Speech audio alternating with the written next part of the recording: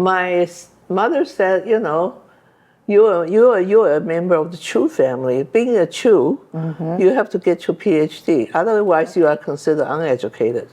Oh, go and get yourself educated, because I've got this aunt who has a PhD. I think I got 2 or 3 aunts who's got their PhD. So you had to live up to the family standards. Yeah, especially for women. Were there any other challenges or whatnot In China, the challenge was that I have a Chinese face, and I was obviously Chinese. Right. So they thought, I must be obviously the interpreter, or the kind of the research, the assistant that tag along. Right. Yeah. Okay. Yes. So that was a challenge. In fact, as a World Bank team, you were given absolutely top level treatment. But I was, even in the hotel, we were in the best suites and everything. But except that in one place, they thought I was just an interpreter. They said, it's a little tight. Can you just sleep with our interpreter in the same room? I was absolutely furious. Yeah.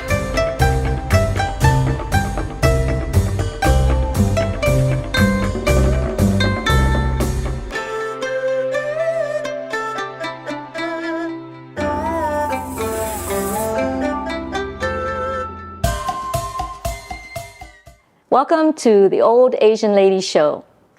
I'm your host, Sharon Landon, and I would like to introduce today's guest, distinguished guest, Dr. Mae Chu Chang.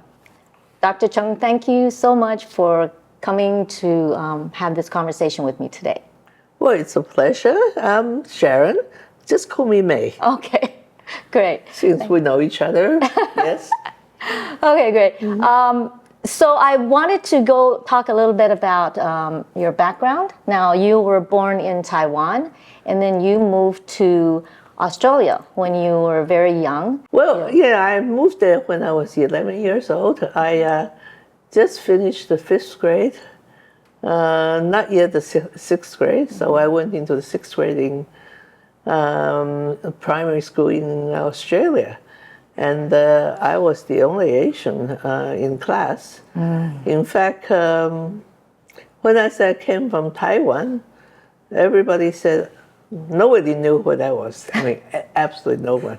Nobody's even heard of the place. But then there will be some smart kid who would say, oh, I know where it is. It's Thailand, right? Yeah, it still is happening to this day. Yes, People right. think Taiwan is Thailand. Okay, no, it's Taiwan. Yes. So, yeah. So, I think that Australia had for a very long time the white Australian policy. So it's rare to see colored people or non-white people there. So not only I was the only white Asian kid in the class, the only one from a nondescript country. But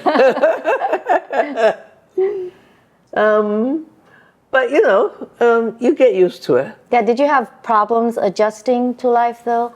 I know you said you were the only Asian person as well. I mean, I had that as well. Yeah. Living in the States, so yeah. Was it difficult adjusting because of that, or it was? I think as a kid, you do adjust. As a kid, at a young age, you can adjust very quickly.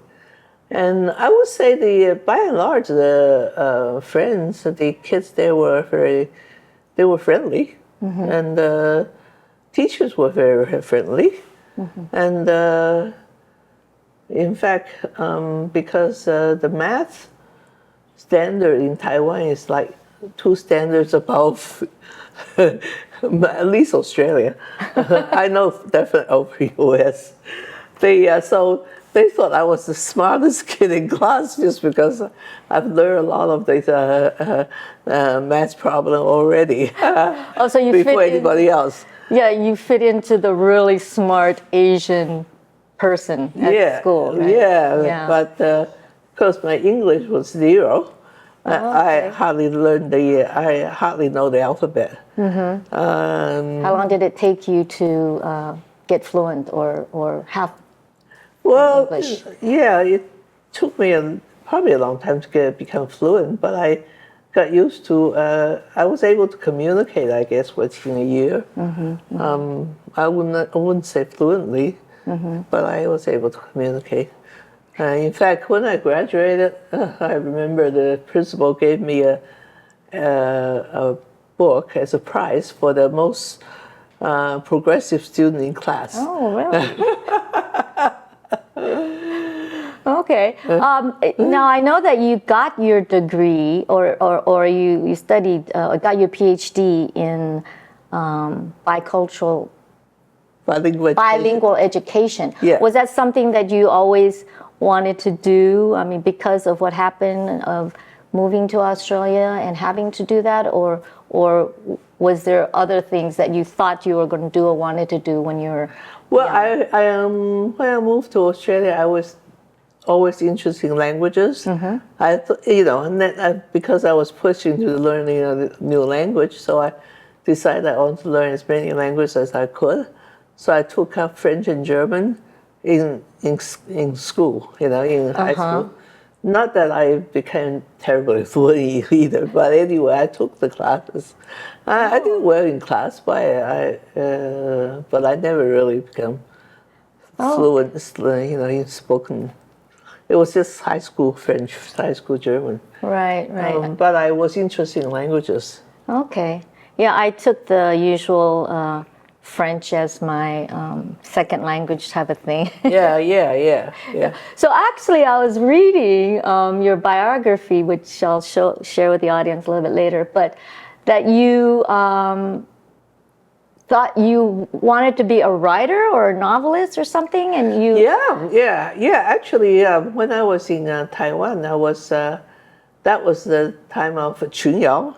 Yeah, she was the most famous author and popular author at that time. I read a lot of her book. The second type of book I read a lot was martial arts books. Okay, interesting. Yes. Why is that? Well, my father taught at the Melbourne University in the Oriental Studies in Chinese. And interestingly, I think the head of the department really interested in wuxia, martial arts stories. So the entire library of the Oriental Studies, the Oriental Studies department contained the entire series of martial arts stories. Wow. Like Jin Yong, all of it. All of it. Okay, I'm not familiar with that title, but you read a lot of martial arts books when you were younger. That's interesting because one of your daughters is in martial arts. She's quite famous for her martial arts skills now, right? Yes. Okay. So, how far did you ever get into being a novelist? Well, I wrote when I was in. My mother actually encouraged me in that direction. So I wrote something and submitted to the newspaper, Chinese newspaper, 中央日报. At that time, it was published. Oh, really? As a sixth grader. What was it about? What was the just story? my experience in Australia. Okay. Yeah. Interesting. And was that a positive or negative thing? In your article. It was a negative. It was a very positive thing. Oh, okay. It was a very positive thing. Oh, great! Yeah, wow. yeah. Published when you were. Yeah, sixth grade. Sixth grade. Amazing. Not that I published much later on, but I also continued to be interested in languages. So my degree was PhD degree was actually bilingual education with concentration on psycholinguistics. Okay. Which means learning languages, how to learn languages. Okay. Yeah. So there's like a special way that helps you learn a language better than what we do in school or the system they have in school? It's a study of how children learn languages. So it consists of they actually go to the, record, babies from the day they were born and different stages of language development. Okay. And just see how they learn. Oh, interesting. Yeah, and also how to learn a second language. Yeah, I feel like that's so important nowadays because there's so much cross-cultural mixing going around, and people, I mean, almost it seems like if you are getting anywhere or going anywhere, you kind of need to know at least two languages. Yeah, and people from, say, bilingual homes, they code switching a lot. Code switch meaning going from one language to another, like I just did. Yeah, right. Yeah, but you do it very easily, so that's good. So, being educated in Australia, you went to the university there, as we say, got your degree in psychology, and then also getting your master's and PhD in the U.S. Was there a difference in the educational systems that? Australia followed entirely the British system. Okay. So in fact, they go into further depths in their bachelor's degree, whereas in the U.S. they are into broad education, no matter which, you sort of don't decide on a major in your first or second year, whereas in Australia you sort of decide on a major. So, we really went into depths, much greater depths than in. So when I was doing my PhD, psychology was still one of the foundational studies in even for bilingual education, because we study psychology to study how your mind functions. So it's still a very basic course. So in fact, when I came to the U.S., I found the PhD course is really easy, because I had the psychology foundation in Australia, which was a little more advanced. Oh, interesting. Because it's funny, because you went from Taiwan to Australia, where your mathematics was a lot higher level, but then you're saying that in Australia for university degrees, they were a lot higher than the U.S. Yeah, because they were concentrated. Say in psychology, they really went into it. Oh, interesting. They didn't get you into a whole lot of courses. They didn't go for the broader education that U.S. does. Oh, okay. Now, you got your PhD at age 26. Most people, are on average, get their PhDs I looked it up, when they're 31 and a half. So, oh, really? Oh. Did you have any type of pressure about your degree or the topics of your study, or the speed of your achievement? I mean, was there ever any pressure? Oh, no pressure. But but I can tell you there was some incentives. First, as I told you before, because the U.S. system, the Australian system was more advanced in psychology, so many of the courses I took in the U.S. were too easy for me. Not too easy, but easy for me. So I was able to take many courses in one go. So I went through the courses very quickly, and then I went into the stage of writing the dissertation. Now, the dissertation is the stumbling block actually for most people, but they take very long time, because by the time they finish all their courses, they think they need to get a job. By the time they get into a job, they don't have time to write their thesis. But I saw my classmates doing that. They got a job as they slow down in their writing the thesis. I, in fact, got a job because of my. I also published articles when I was doing my PhD degrees. Okay, was it in English or in English? Okay. Entirely English. So my Chinese publication was only in 6th grade. That was it. That stopped. And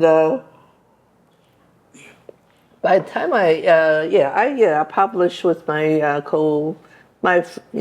colleagues in my PhD program, and I actually got an interview because of my publication. I got an interview from the U.S. Department of Education. Somebody called me up and said, "We want you to make a presentation of the article you published." So I did. So they actually paid for my ticket, everything, and that was a big deal for me. Oh, nice. Yeah, to go to Washington and make the presentation and everything. And at that time, I already finished all my courses. I published the article, and then after the presentation, and I was interviewed by the people there, and they were asking me whether I was interested in a job there. It's just like that. Wow. So it was really smooth. You didn't have to go beg for a job or no. They begged me for a job. Well, I wish that happened there. Yeah. In fact, they said, then I think that I went back again to interview other people because by the time they decided they want me, they had to go through the usual round of interview of different departments and what's not. So I went back, and then and by the second round of interviews, they said, "Oh, we want to offer you the job." But I said, "I'm still in the process of study. I finished all my courses. I still have to write my dissertation." They said, "Well, we'll wait for you." Wow, it's like it's amazing. Yeah. So that was the pressure. Then I thought, I'm not gonna be like my colleagues who, get their PhD at 31 because they couldn't finish their dissertation. So I actually just focused on writing my dissertation. Okay, because of the job offer. It's interesting because I was wondering if your parents had given you any pressure for doing that. My parents were in Australia already, and always they stay there, and I went to US. No pressure whatsoever, except from me. I said, I'm not going to be like my colleagues, getting their PhD at 31. I want to finish my PhD before I started my job. So I was working day and night and doing absolutely nothing as writing my PhD. Writing my dissertation. So, but that still took like 7 or 8 months, which is a record. It still took a long time. 7, 8. Does it usually take a couple of years for people to do that? It can. But by the time by then I said, then they waited. The job waited for me. That was also the amazing part for such a long time. Right. But being the government, they also take a long time to do the processing. Oh, so it kind of worked out. The timing worked out. The timing kind of worked out. They didn't think it was a long wait. I thought, my God, they're waiting for me. They're waiting for me. That's the pressure. That would be the pressure that you gave yourself. That's the pressure I gave myself. So interesting. Yeah, so I managed to finish everything, and then I got my degree before I went to have an actual job. Yeah. Yeah. Wow. So within, both living and working in Australia as well as in the U.S., did you ever find that being an Asian was difficult, or were there any cultural challenges that you had to deal with? I mean, it doesn't sound like it because you got your job right away with the government and they were all after you, but was there anything that you felt that made you even push yourself harder in ways that, other than what we were just talking about in terms of your... I'm very old. This is OAL. We're all getting old. In fact, I'm 70 years old now. Well, since this is an OAL show, I might as well give you another age. And so at my time, really, women stay home, and especially, I think even particularly in the Western world, staying home and be a housewife was the thing. Yeah. Yeah, it was my mother who pushed me to go to to leave Australia and go to U.S. Oh, so you wanted to stay in Australia. You didn't want to come to the U.S. originally. Yeah, I wasn't, eager, but my sister and my brother were already in U.S. But my mother said, you're a member of the Chu family. Being a Chu, you have to get your PhD. Otherwise, you are considered uneducated. Oh, go and get yourself educated, because I've got this aunt who has a PhD. I think I got 2 or 3 aunts who's got their PhD. So you had to live up to the family standards. Yeah, especially for women. Right. So that's the reason I went to US, but by the time I went there, I didn't have any pressure. But in terms of the world outside, the world outside was not only I would say against Asian, ignored Asians, but also ignored women in the workplace. They didn't. Women was not considered. I still get. Even in the neighborhood, where they all are housewives. In fact, in my neighborhood, they all housewives. Yeah. And they said, having a family dinner is the key thing in your house. So they're looking at me as if you're not being a good mother and whatever. Yeah, you're stepping outside of the stereotype of what a woman should be or something. Yeah, I think I got a lot of that as both a woman and an Asian. Yeah. Yeah.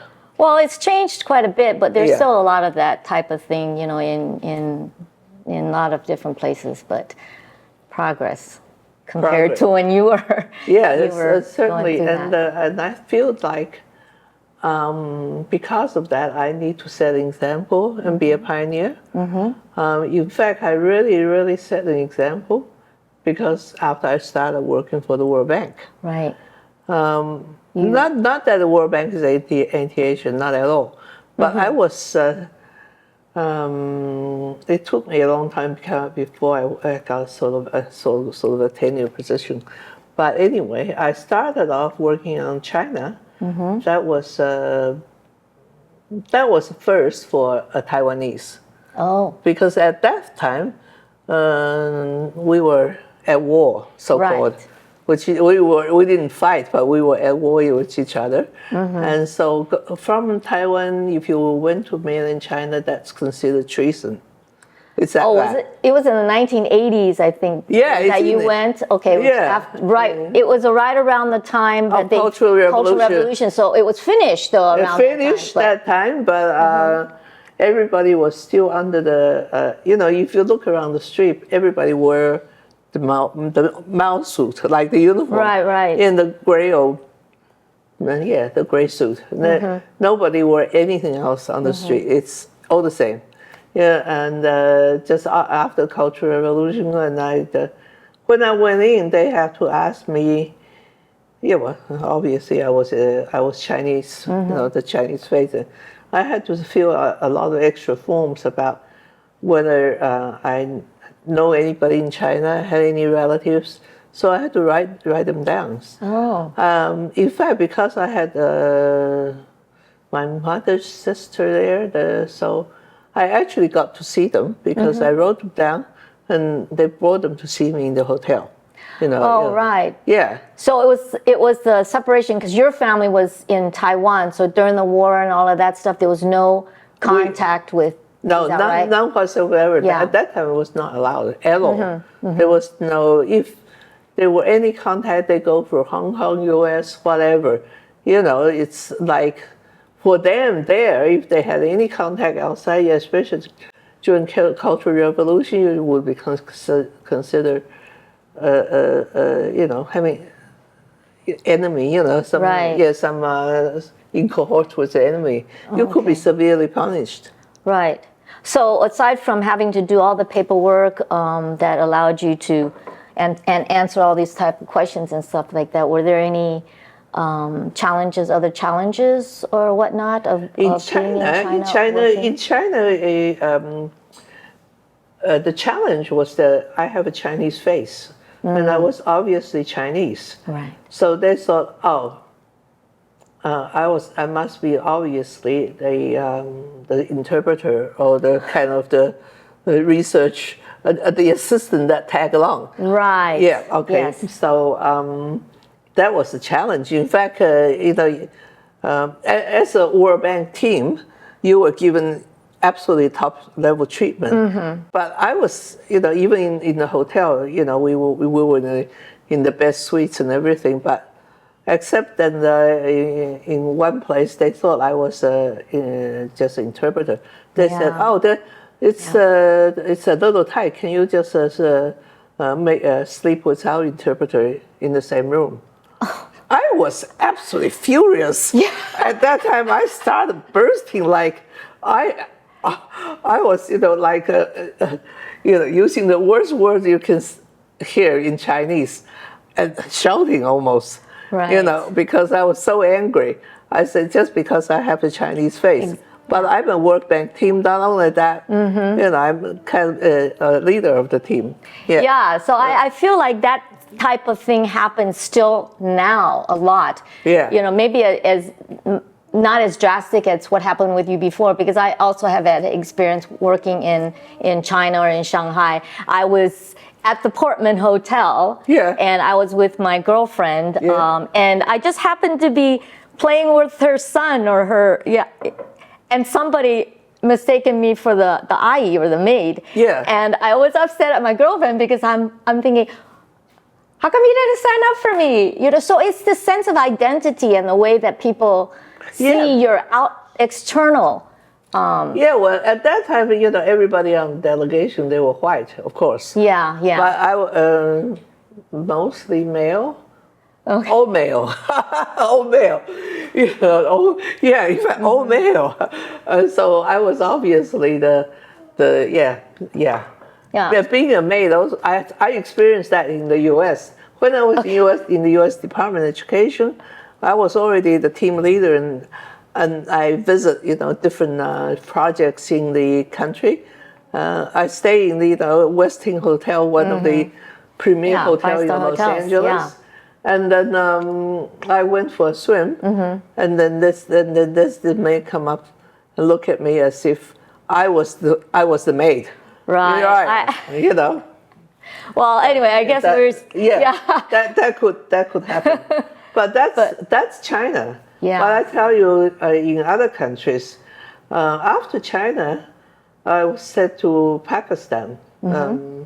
Because we're actually supposed to move around. That's like a diplomat. You move around every 3 years.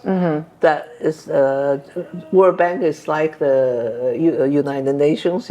We hold a diplomatic passport. A UN passport. Right. So when when I went to China, I didn't have to probably get in or anything, but because they saw my Chinese face, they want me to write all this form. But that was actually being kind. They want to know if I had any relatives so they can see me. That was the reason. Oh, that was not being that was being kind. Right. But anyway, that was. After that, I went to. Pakistan. Pakistan, is that part of the Middle East? Or Middle East was a part of the Middle East, and then it became South Asia. Then the World Bank, sort of has several change of reorganization. What exactly does the World Bank do? I mean, I was always confused about that, but maybe briefly. Yeah, exactly. Very few people know. It's World Bank by its name. By the it's a bank. Okay. Except it's a very unique bank because it lends only to developing countries. It only lends money to countries, not to people. So I always have friends coming up. So can I have a house loan? No, we don't do that. That's not what we do. You have to be you have to be a country. It's like if you're a doctor and then they'll come up to you and say, "Oh, can you check my?" Something or other. Right. Yes. So we lend to countries, but we only lend to poor countries. Okay. So World Bank's mission is actually poverty alleviation. That's our mission. To alleviate poverty in the world. So Big job. Big job. Of Yeah. course, it never ends. Yeah. Now, I've been at the World Bank 30 years. There's even more poverty. It just never ends. Right. It's yeah, as long as you have human being, I think that's another thing. It never They're ends. still working on that. Yeah, right, still working on it. It'll never end until sort of the God comes down, whatever. So at that time, so the country's GDP per capita had to be at a certain level, below a certain level, Okay, before to be eligible. So when you were in China, China right. was a poor country. China at that time was like 200 something in terms of poverty. Can you believe it? Now it's number 2 in the world. Oh, right. 30 years. Yeah, it's amazing. Went from 200 something to number 2. So China, of course, by World Bank, it's the economic miracle, and China prides itself as being a part of it, because we help to alleviate poverty. Poverty is and China alleviated like 1/4 of the world's population's poverty. Yeah, just helping China, right? Yes, because of the population of China. Yeah, just helping China. We've already, World Bank's sort of key performance indicator already went up. So you made a big difference in China, and then you said that you went to Pakistan, and their situation, I guess, I don't know if it's as poor as China at that time, but they also extremely mismanaged. The government is forever in debt, so they need to borrow more money to cover the debt. So they never have enough money. If they don't get it in the loan, they will not survive. That's. But was it part of the World Bank's job to say, hey, okay, this is your 4th loan coming, and I mean to regulate reform, it in some way? Yeah. We have a sister agency called IMF. They specifically for economic development, especially they rescue countries that are about to be in default. Okay, so they needed a loan to give them to. So they always need IMF. IMF loan is quick, like once it's approved, it goes.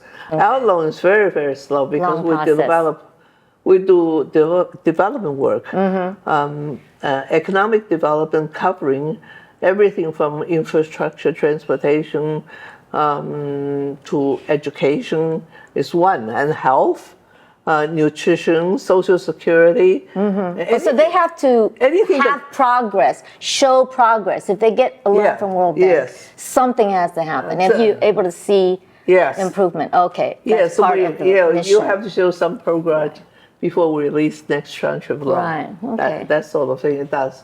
So there are very many departments in the World Bank. Not happen because of my background. I'm in the education department naturally. So I meet with basically my counterpart. There will be ministries of education. I meet with ministers of education around different countries and discuss with them about the national education plan. And discuss about possible education reform. And we bring in experts around the world. As a team leader, I would bring in. So I hire a large number of consultants just for this project, because I have different projects. So if I have you're managing a lot of different. If I have a higher education project, I will bring in higher education specialists, university presidents, and so forth. Right. Of course, I always have to have economists. And as World Bank, you wouldn't believe it, we always bring an architect on the team. Because we build schools, we actually, build like in China, actually, the first project the government wanted, was a university project. A university project. And we said we are here for poverty alleviation. We want to try to help the poor by trying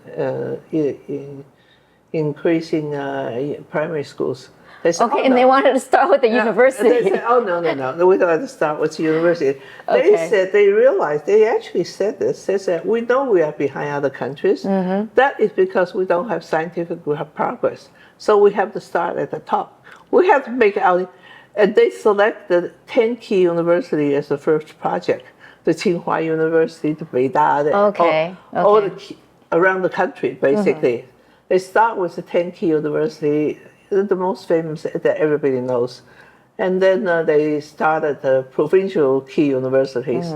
Every province had a university. So they had actually a series of university projects. Well, were there that many people going to universities at the time? 1%. I mean, coming out of the... 1%. 1% in the 1980s of Yes. students going to the university, and they wanted to start from there. I mean, so they up, down, rather than down, up. Yeah, right? exactly. They said, let's educate a small group of scientists, technical people, so that we can have progress in our country. Because we are so behind other countries, we need scientific progress first. Those people will become leaders and become actually, their method actually worked, but actually it absolutely shocked the delegation, the World Bank delegation that went there. They said, this is a communist country. You are about poverty. You are about people. You want to help the farmers and peasants. And now you want to help the elite of the elite, basically. The 1%. Not only the 1%, but the 1% of 1%. Because the key universities were the only, the smartest of the smartest get in there. Right. And by our studies, any country, and only the elite people or the richer people get in. Because the poor people, they never get past primary school. Right. So that's why by definition the people who are in the university are the already elite of the country. Right. So for your work in Pakistan or the Middle East, I understand that you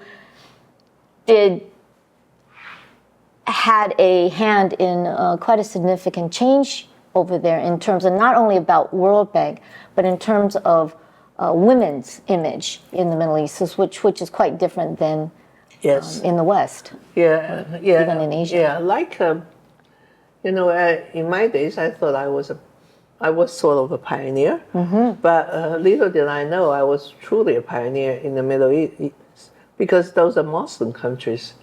Pakistan, in particular, even more traditional than other countries.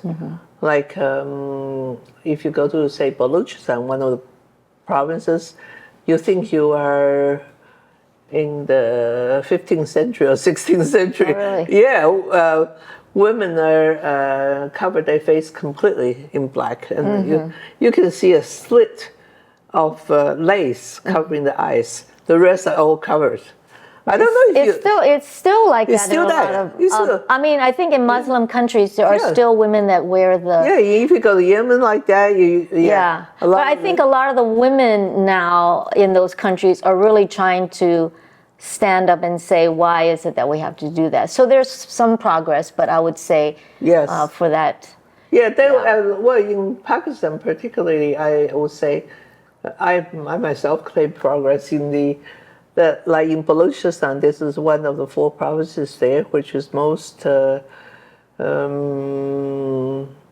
undeveloped, let's say. The discrimination of women against girls is like they have to have segregated schools. Girls go to girls' schools, boys go to boys' schools. Right. It's the Chinese has an ancient saying that women and men. 男女是授受不亲. Women and men can never meet each other unless you marry, sort of thing. So that was like that in Pakistan? They still like that in Pakistan. They're still like that in Pakistan. Yeah, that was like, I don't know what dynasty was that, like,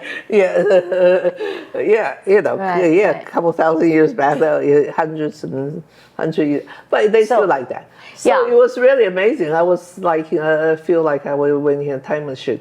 So the girls' school and boys' school issue, So because of they think girls should get married at 13, you know. And, And then so there's no reason for girls to get educated at all. Okay. So they built like the number of girls' school compared to boys' school was only 1/10. You know, for every 10 boys' school, there's only one girls' school. So I said, okay, you want to build more schools? Okay, I'm gonna build only girls' schools. Oh, interesting. And World Bank has the right to do that, right? To say that. Yes, yes. We encourage you to build as many schools as you like. Use your money, but with the World Bank money, you have to use. You have to build only girls' school. Okay, interesting. But in the girls' school, you can allow boys to come. That was my. Okay, that's how they worked around that. That's how I helped them work around that. Because in fact, for little girls, because they're at home, the reason they're at home is they do housework, and they have to look after, babysit younger brothers. Right. And if they go to school, they have who will look after the younger brothers. They will bring their baby brothers to school now. So that's okay. They think if they only babies or children, right, it's okay. Very little, if they're really young, they let them go to girls' school. So this not only prompted more girls go to school, but also prompted more female teachers. There were not enough female teachers. There were not enough educated girls in the entire province. So of course, there's nobody who's educated enough to be a teacher. So right. So we had mobile teacher training program. Okay. So which is like a bus, you have to bus them in. You refurnish. No, you bus the faculty. Refurbish a bus and then bring the faculty members in to the countryside. Okay, I see. And go around and train the girls to become teacher training centers is on a bus because the girls can't get out of the house. They're not allowed to leave their house. Right, that makes total sense. So the fix the problem. Yeah, right? So we had a mobile teacher training center. Okay. So the teacher training center in the city will send their bus to the countryside and let the girls who had at least a secondary. Who has at least secondary education, some secondary education to be trained. So they can be primary teachers if they had been trained as a secondary teacher. Right. So in this way, we enhance the status of women. Because girls could never have a job. Yeah. Now they have a job. Yeah, it's a civil servant job. Yeah, and this is a lot of what you've put into that country. That was into that thinking. But things sort of fell apart again. The country fell apart again. The Prime Minister Benazir Bhutto, the first Prime Minister woman, she got assassinated. So countries all for every chaos. Things have not changed that much, even though things have. But I also. Remember reading or seeing that you were one of the very first foreign women or woman to attend meetings with the high-level ministers and agencies of the country in the Middle East, right? And at that time, there definitely Pakistan, because Pakistan is one of the countries that's. Most are in development there. The ministers or anybody with government position were all men, completely men. And so everywhere I went, they thought I was a spouse. They would that's the other issue. They would automatically go to usually they go to the elder man in the delegation. They think he's the team leader. And the team, she's a team leader. They would always say, "Oh, the spouse, we have to take you shopping or something like that." They want to arrange something for me to go shopping. I said, "No, I'm the team leader and I have to work." But Pakistan is a special case in that it's it was a lot. It was good to have a lot of men in my delegation because I can't walk out of the hotel room without a man. Because a woman walking on the street by herself is considered a prostitute. Oh. You would get Were you? unwanted people coming out. Did you have to, or were you requested to wear a? I had a scarf like yours. Okay, so you did have to wear one. I had just in cover up a little Pakistan. I just have to wear a scarf, just a very long scarf, but it doesn't have to cover your face completely. Okay, was that in the 1980s or 90s or 2000s? Yeah, I think it's still now even. Okay, for foreign women, I mean. For local women too. Okay. For foreign women, they are really relaxed. Right. If you wear foreign dress, I think in Pakistan, it's okay. Okay. But I actually had a lot of Pakistani dress. I bought a lot of them. You bought a lot of them. And that shows respect for the culture and the country as well. And also, it's just easy because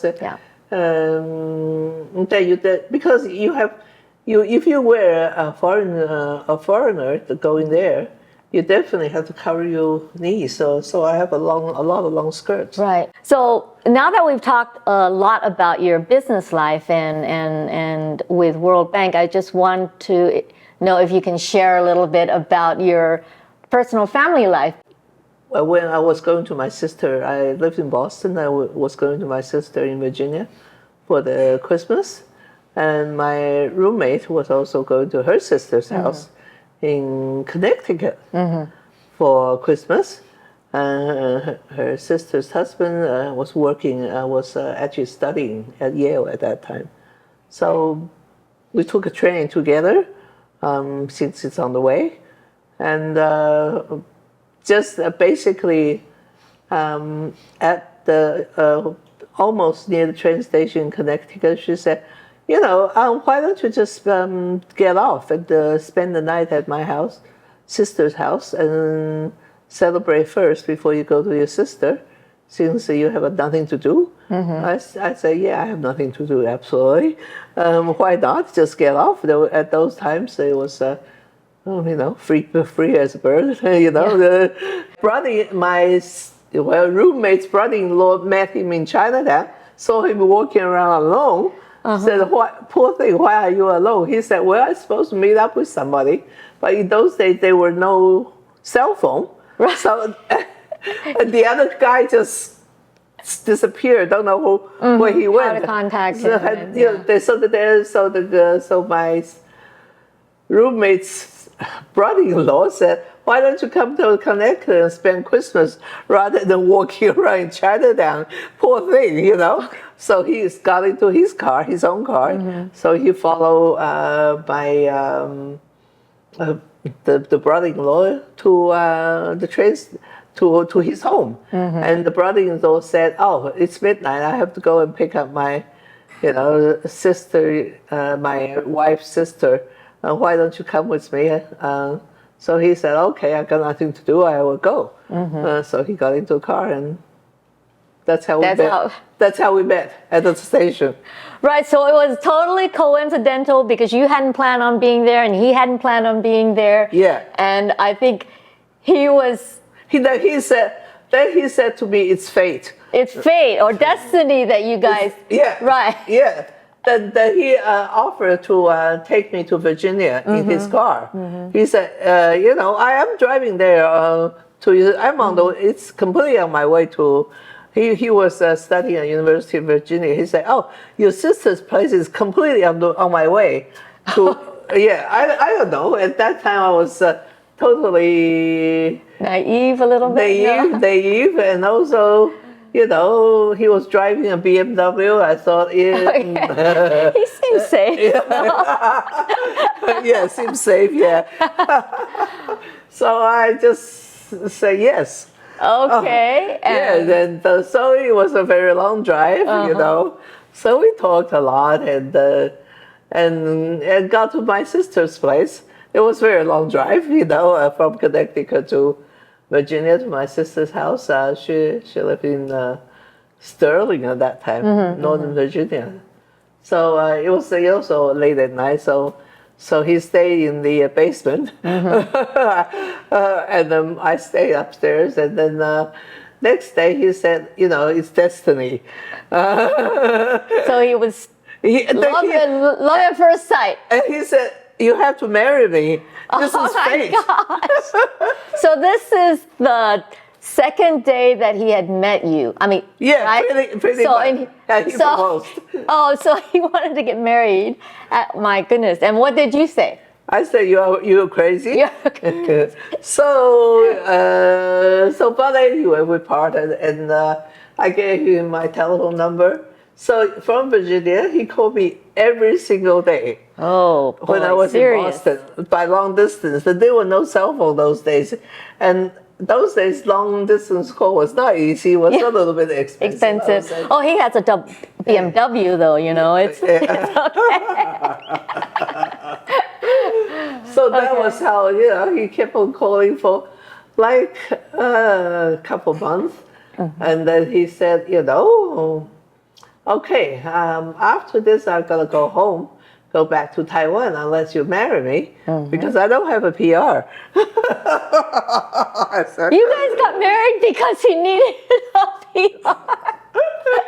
But no, I don't know. Right. So you guys got married in, I think it was 6 months? Was it within 6 months since you guys first met each other to getting married? Like I said, that is not very Asian-like. Usually the process is long, but both your families were totally fine with it. I told my parents, my father said, oh, his father went to Harvard. He and I are like, they never met, but he said, oh, we are like classmates then. Okay. Oh, so in fact, this is the first time my father and my mother came all the way from Australia to America. Okay. Just for the wedding. Just for the wedding. Well, yeah.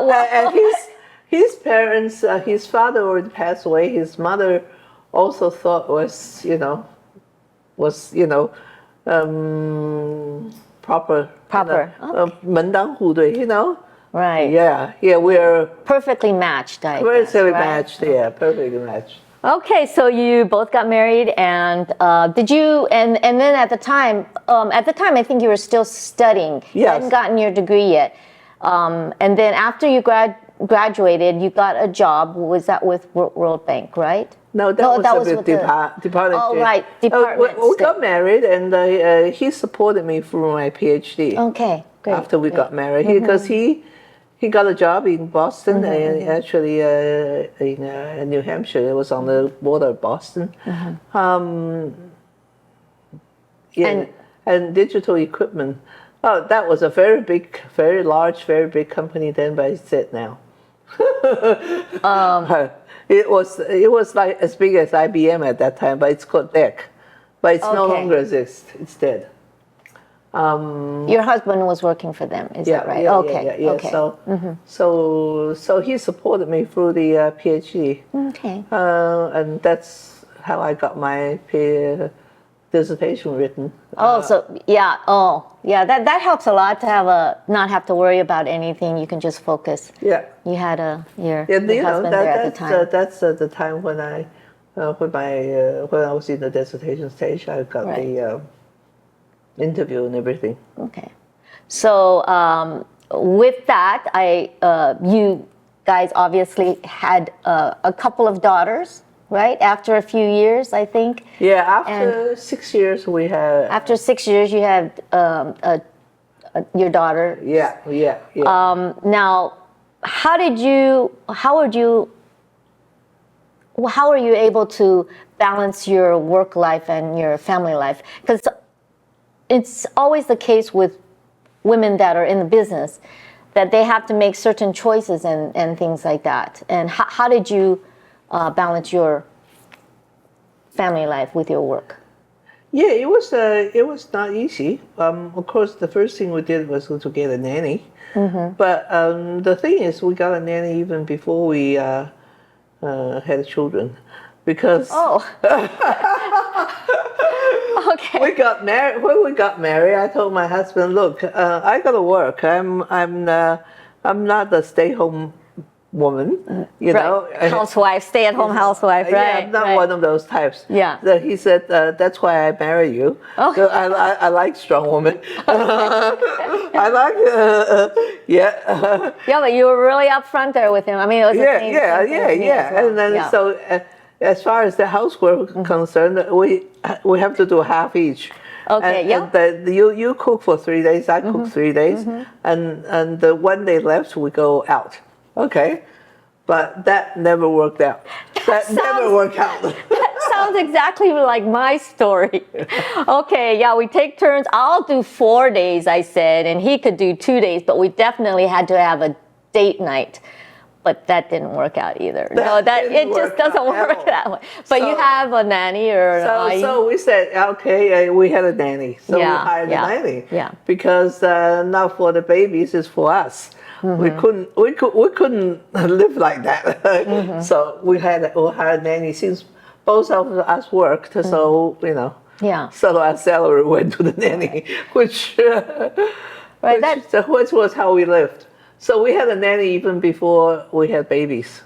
Okay. What a life. Take care of all the housework. You don't have to deal with that. Yeah. So I think my daughter inherited that.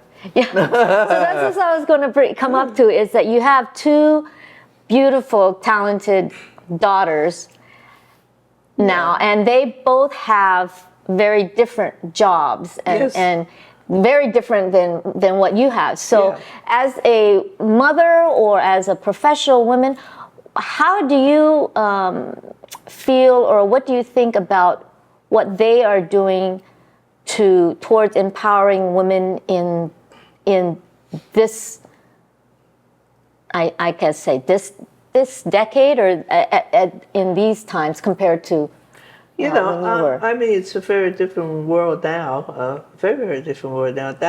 At that time, I mean, you had to struggle in workplace, at home, in the neighborhood even. As I said, somehow I lived in a neighborhood where everybody else not worked. The women did not work. Right. So when talking to them, it was very difficult to make friends. And then, but anyway, that was really difficult to. But the thing is, how to encourage them. I didn't have to do anything myself. It was by example. Well, my example may not be the right example, because what happened is, I had this job with the World Bank where I traveled 90 days to 120 days a year. Yeah, 3 to 4 months a year, right? Yeah, yes. So I was always out. So when they grew up, they had this nanny and my husband all the time. So my husband was nanny supervisor, but he was the teacher who coached my. But his idea about children was they should be happy. That's it. They gave them no pressure, and they could do whatever they want. I'm the other way. I want to give them some pressure, but I was never around. I was never around to give any pressure. So I think they had a happy childhood with no pressure. Well, they both turned out quite well, very successful in their own ways. I think they got used to women have to work, and in fact, when they were little, they would look at me after if I was home for more than 3 months, they would look at me and say, "Hey, mommy, how come you're still home?" I said, "Oh no, they don't want me here."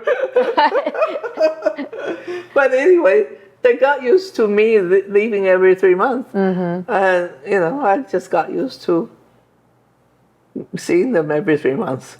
Right. Yeah. Right. And they because I was totally independent, I think they become independent women on their own. I think it's more an example, and more that they also had to be more independent because I wasn't around to tell them what to do. Yeah. So they had to be very independent and make their own decisions about what to do. Okay. Yeah. But I think it's personalities that they just have such different personalities, almost completely opposites. Really So interesting. it always turned in out a that family. way, and I think I didn't do anything to make it happen. So which daughter is more like you? I think my elder daughter. Older daughter, Cheryl. Cheryl. Yeah, Cheryl, yeah, okay. So Sarah is more like your husband. Yes. Yeah, okay. Anything goes. He's very artistic as well, right? He's very artistic. Yeah, He's a good singer. Oh, okay. He had a band. Oh, Yeah. interesting. Okay. But his mother wanted, like in the old days, wanted him to have a real job. So he went into accountancy. He went to finance, MBA. So that was his route. His entire family has MBA. Okay. Yeah. Okay. But he was never that interested in that, and so he ended up starting his own music business in audio equipment. Oh, excellent. So he didn't like what he did, and he started doing something that he really liked to do. Yeah. What he So really enjoyed. he stayed home because he was a stay-home mom plus company manager because he just managed from home. So he was a stay-at-home mom even before stay-at-home moms were popular, because in the recent years, because more and more professional women are working abroad, compared to men. So very interesting. So you have two perfectly brought up daughters that I'm sure you are very proud of. But in terms of final thoughts of what your experiences have taught you, and do you have any insights that you can share, maybe to other women that are thinking about taking the same road as you did, or Well, never give up. Keep on trying. Always and never.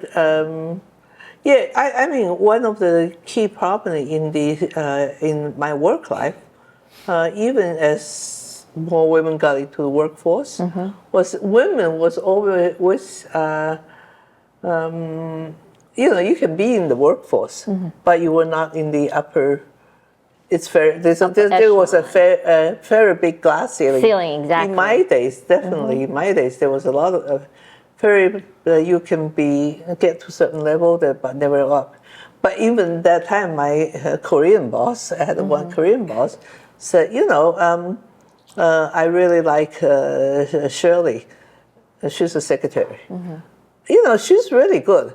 She never wanted a promotion. She wanted to stay home. Even though she's eligible for a promotion, she doesn't want a promotion because she said she wants to go home and look after her husband. That is what a good woman should be. He was telling me this. Oh, he was saying that. That's wrong thing to say, right? Yes. Okay. No, I was not very pleased. But anyway, but I had different bosses later on, and it was very hard for me to.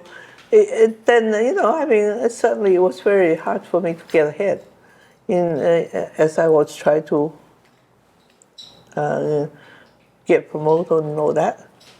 But still, I think I got to the level where I could be, and I was able to retire at a time where I had so many projects in all these different countries, which I felt pretty proud of. Yeah. You've achieved a lot. Yeah, so, but maybe one last word. Now I'm totally retired from my work. I have nothing to do with it. Because since then my husband passed away and I had a stroke. So my life I have different thoughts now completely from my work life. Right. I'm now a Christian. I believe in God, and I wish I actually believed in God at that time because I had a very stressful life throughout the 30 years. I think it was very. I